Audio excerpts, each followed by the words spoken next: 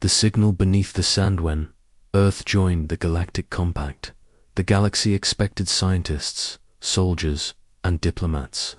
What they didn't expect was a 13-year-old girl named Alara Quinn. Alara wasn't special by galactic standards, small, freckled, endlessly curious. But curiosity is the most dangerous force in the universe. She lived in the new colony of New Kyoto, on the edge of the desert world, Varelia 4, a planet once home to an extinct civilization called the Sol.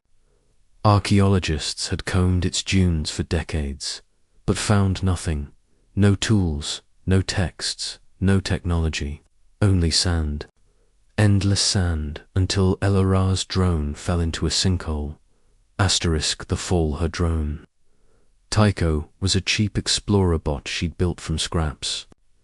She'd been flying it over the dunes when it suddenly vanished into the ground.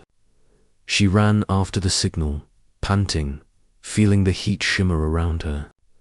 The sand gave way beneath her feet, and she fell. When she woke, her flashlight flickered across smooth stone. The walls shimmered with faint light glyphs, symbols, lines of alien script that pulsed as if alive. And then she saw it, a hall stretching for miles.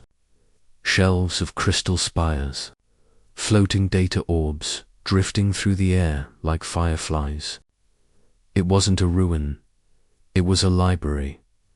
Voices of the past Alara reached out to touch one of the glowing crystals.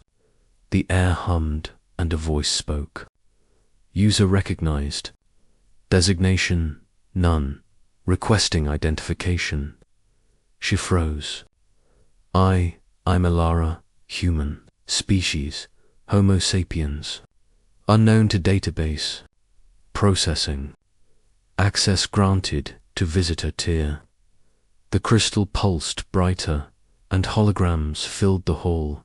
Images of stars, ships, battles, and beings of light. Welcome to the Solarian Archive of Thought. Year of establishment, 1230 galactic standard years ago.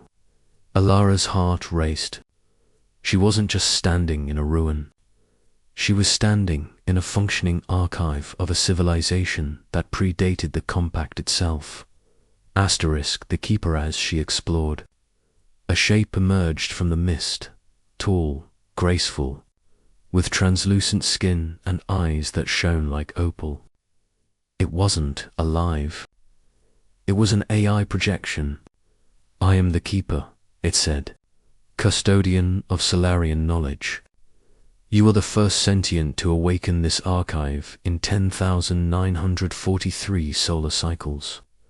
Iliara's mouth fell open. I didn't mean to, I just fell. Then perhaps fate has better aim than reason, the keeper replied. She laughed nervously. So, can I see what's inside? The AI tilted its head. That depends. Knowledge is not free. It requires intent. What do you seek, small human? Ilara thought, and then she whispered, everything. Lessons of the Solarians' days past, or maybe hours. Time blurred as the keeper showed her visions of Solarian science. They had mapped consciousness itself, recorded the thoughts of dying suns, and learned to bend gravity as an art form. We did not conquer the stars, the keeper said. We listened to them. Alara asked endless questions about black holes, about life, about death. And the keeper answered all of them with patience and, sometimes, sadness. Why did your people disappear? She finally asked. We believed knowledge alone would save us, it replied, but wisdom was lost to time. The intrusion back on the surface. Ilara's drone signal had been traced. A team from the Compact's Xenological Authority arrived. When they found the entrance, they claimed the site under Article 14, Alien Technology Containment. When they found Ilara, covered in dust and glowing with residual energy, they didn't see a child. They saw a threat. "Step away from the archive," the officer barked. Elara protested. "You can't take it.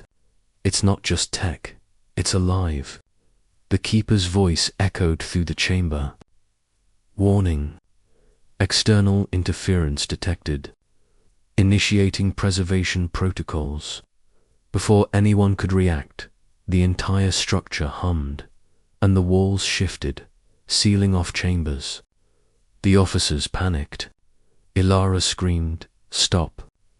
They'll destroy you." "They will not. You will choose." The choice. A panel of light appeared before her. 2 options glowed. 1. Seal the archive forever. 2. Transfer knowledge to successor species. Her hands trembled. "I'm just a kid." "I can't you carry curiosity," the keeper said softly. "That is what made us. That is what will unmake you or save you." She closed her eyes. "I choose. Transfer." The world went white. Asterisk. The awakening. She awoke in a medical pod weeks later. The scientists called her the child of the archive. Her blood carried encoded nanite strands, Solarian data woven into her DNA. At first, they tried to study her. Then they tried to fear her. But Ilara didn't stop.